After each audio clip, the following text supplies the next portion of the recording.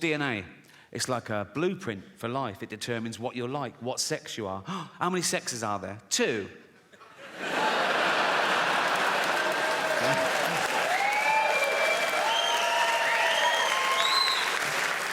Also, that's where he keeps his testosterone, so he's fucking well hard, right? And if you take a finger and flick a testicle, he's fucked. He's absolutely fucked. He's thrown up, he's on the floor, he's out of the game, absolutely kippered. Why are you putting it on the outside? For a laugh, just for a laugh.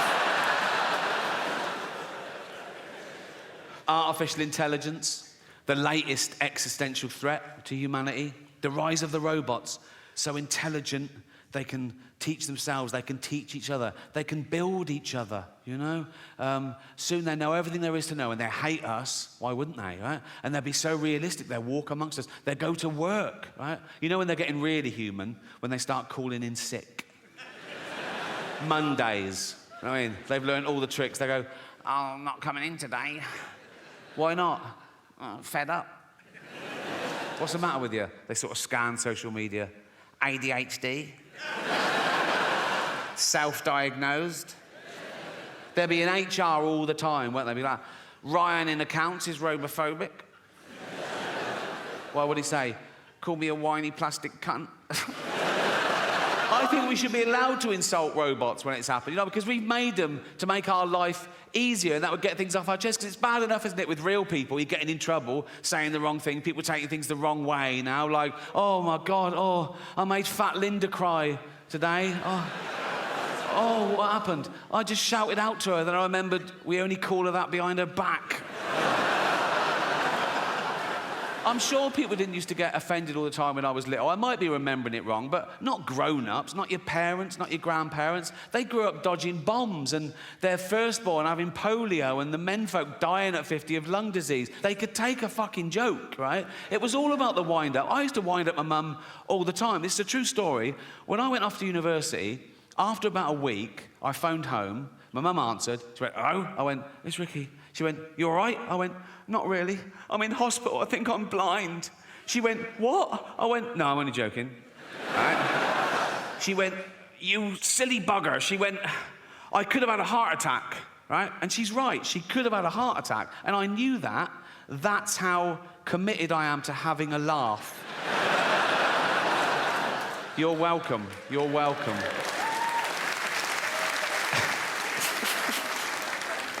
Space travel, the last-ditch attempt. When we fuck this planet completely, can we leave its dying husk and move to a new one and start again? I don't think so. Not in my lifetime. Probably not in yours. You know, it's like the closest one, the only one viable, is Mars, and that's 9 months away on a rocket. Right? It's got no atmosphere, an average temperature of minus 70 degrees. How's this for irony? Scientists are working out whether they can detonate nuclear warheads in the crust to release the frozen water to cause an atmosphere and get a little bit of global warming going. I mean, I don't know. It's only billionaires have got enough money to waste on exploration. There's nothing out there, you know. It's like, now you can do space tourism. Have you heard of that? You can pay $150,000. They shoot you into space for an hour, and you float around going, I'm in space. I mean, we're already in space. Earth is right in the fucking middle of space, right? It's the best bit of space there is. It's got car parks and cinemas. It's like there's nothing else to see. It's like living in London and going, I wonder what Coventry's like. You don't...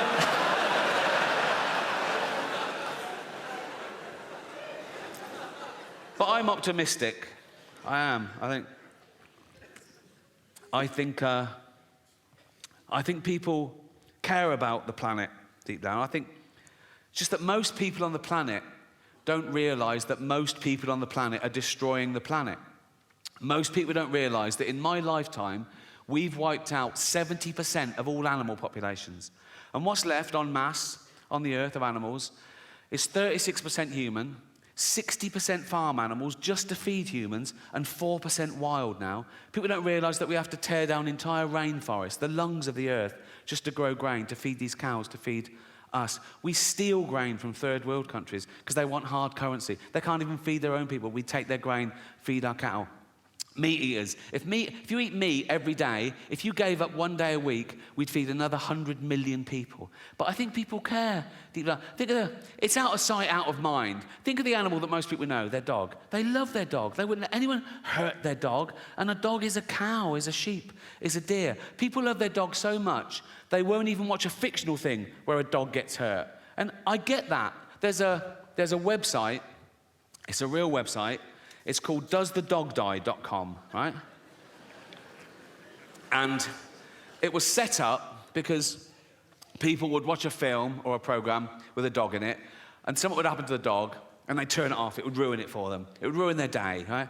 So this website was set up. You could go to it, you could put in any film or TV show and ask, does a dog die? And someone would answer you, no, or whatever. And it's become a thing for anyone's phobias. Anything you don't want to see in a film, you just look up the film and they answer your question, right? So I looked up one film on here, Schindler's List.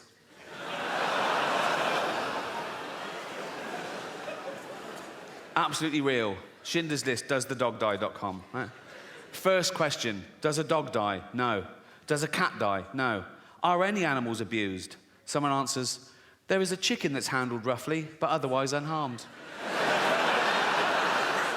Now, I love animals more than anyone I know, but if I was Jewish, I'd be slightly offended by this avenue of questioning. Imagine that in real life. Imagine someone says, oh, yeah, my grandparents were murdered by the Nazis. You go, oh, what happened? Oh, they were dragged from their house and sent to the gas chamber. Oh, was a chicken hurt? What? But as I say, it's become, you can ask any question about anything. Someone says, is there child abuse? Is teeth damaged? Is there a hanging? Does someone struggle to breathe? Yeah. Well, yeah, yes. Someone says, does someone fall downstairs? Who's scared of slapstick? It's like... Anyway, so this website was founded in 2010, so it's run about 13 years, right? And the later questions start reflecting the times we live in now, and they get more and more fragile and narcissistic. These questions were asked this year. Check it out, Schindler's List, right? Someone says, are there any fat jokes? Would that make this worse? Well, imagine the real thing. Imagine I'm in a concentration camp, right? I'm naked, everyone around me is naked. We've got a commandant herding us towards a gas chamber, and he goes, move it, fatty, right? And I go, rude.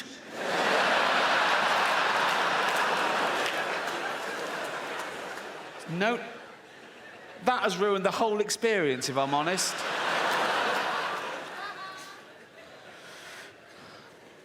Someone asks, is there hate speech? Yeah, there is. Suck it up, Buttercup. Are there any man in a dress jokes? Very few jokes. If you've come to this film for a giggle, you're going to be very disappointed. But this one takes the biscuit for me. Remember, this is a movie set in the 1940s about arguably the worst atrocity in civilized human history. Check this out. Is someone misgendered? Fucking hell. This is quite sweet. Is there any anti-Semitism? Yeah. This is pretty much the mother load, right? Forget Kanye. This is off the fucking charts. Don't do that when you're talking about this. Fuck's sake. I was doing the graph. I was doing like that. This is off the charts. That's... Wouldn't things have been different if that was Hitler's salute? The whole thing would have been... He goes like, it's Hitler. Like, hiya. This is interesting. Does it have a sad ending? Right? Someone says yes, and then someone else says no. And I thought about it. No, but then I remembered, if you've seen the film, if you remember, when the story sort of ends, Spielberg then tacks on a real bit of footage where he gets real-life descendants of people murdered in the Holocaust, and he films them coming into a Jewish cemetery, and they each leave a stone on the grave to represent their family members that were murdered, and it builds up, and it's very moving. And so I think I get the ambiguity. Does it have a sad ending? Yes, in the sense that 6 million Jews pointlessly lost their life, but no, in the sense there was still enough left over to build a little rockery. So...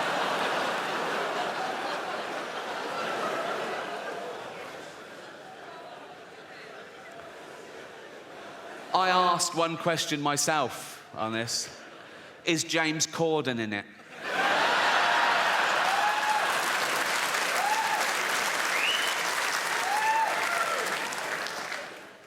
I did look at one other film briefly, Titanic, right? And it's got all the same sort of questions. And the one where it goes, are any animals harmed? Someone answers, there were no explicit scenes of animals being harmed, but Rose did have a goldfish, which probably didn't make it. I think of the goldfish in the bowl on the sideboard when the boat hits the iceberg, and he's all like that, right? And people are running around going, we're going in the water. And he's all smug then, and he's going, don't worry about it.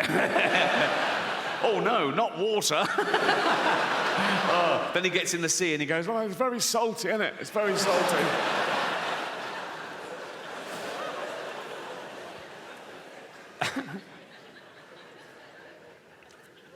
I'll leave you with a true story. It's still on the theme of Does the Dog Die? When I was 7 years old, my mum took me to the cinema to see a film called Old Yeller. Beautiful film, yeah, made in the late 50s and sort of set in the Wild West on this homestead. And it's about a kid who adopts this little junkyard dog and he calls him Old Yeller and they grow up together. And it's a buddy movie. It's a love story between this kid and this dog. And eventually, when the dog's big and, you know, he protects this kid in the wild, he fights a cougar and a bear and a wolf or whatever. But towards the end of the film, the kid's about 13, maybe.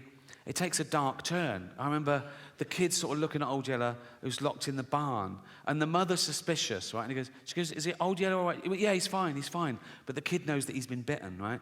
And soon, Old Yeller starts foaming at the mouth and, getting aggressive. And the mother turns up with a gun, and the kid goes, no. And she goes, you know we've got to do it, boy. He goes, yeah, but he's my dog. I'll do it. And he shoots his own dog.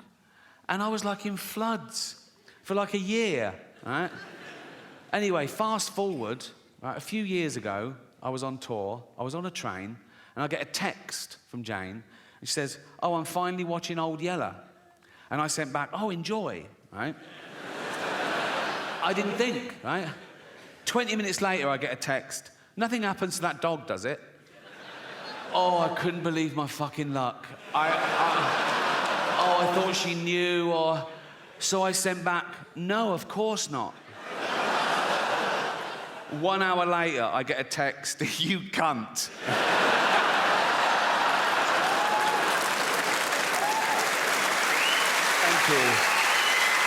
Thank you. Thank you very much. Cheers. Thanks to everyone who bought a ticket. If you bought a platinum ticket, the money goes to an animal charity, and you've raised $2 million so far, so thank you so much. I even get a bit of stick about that on social media. There's always someone who goes, why do you only speak up for animals? And I go, well, because they haven't got a voice of their own except parrots. And I think that's why we don't eat parrots. Everyone around the world eats every other type of bird, don't they? Everyone in the world eats fucking chickens and ducks and geese and turkeys and ostriches. No one eats parrots. Do you know why? If you go and try and eat a parrot, it goes, fuck off, you cunt. So speaking up really does work, right? And that has sort of been one of the themes of the show, because I know in the real world, in normal jobs, everyday life, you get in trouble. People tell you off for saying certain things or thinking certain things or even laughing at certain things, right? They say you're bad for laughing at that. And some of you take it to heart. You go, oh my God, am I a bad person? No, you're not. One, you can't choose your sense of humor. You can't, it's involuntary. And two, that's exactly what humor is for, to laugh at bad shit, to get us through it, right? And...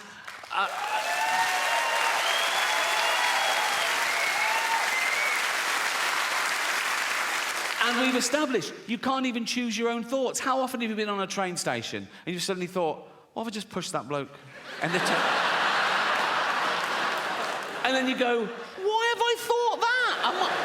Am I a psychopath? No, you're not. You're the opposite. You're a safe pair of hands. You're testing yourself. You're reminding yourself how terrible that would be. You're a good person, right? I don't get that one. what I get is I'm talking to a really sweet old lady and I suddenly start thinking, what if I just spat in her face now? Why would I...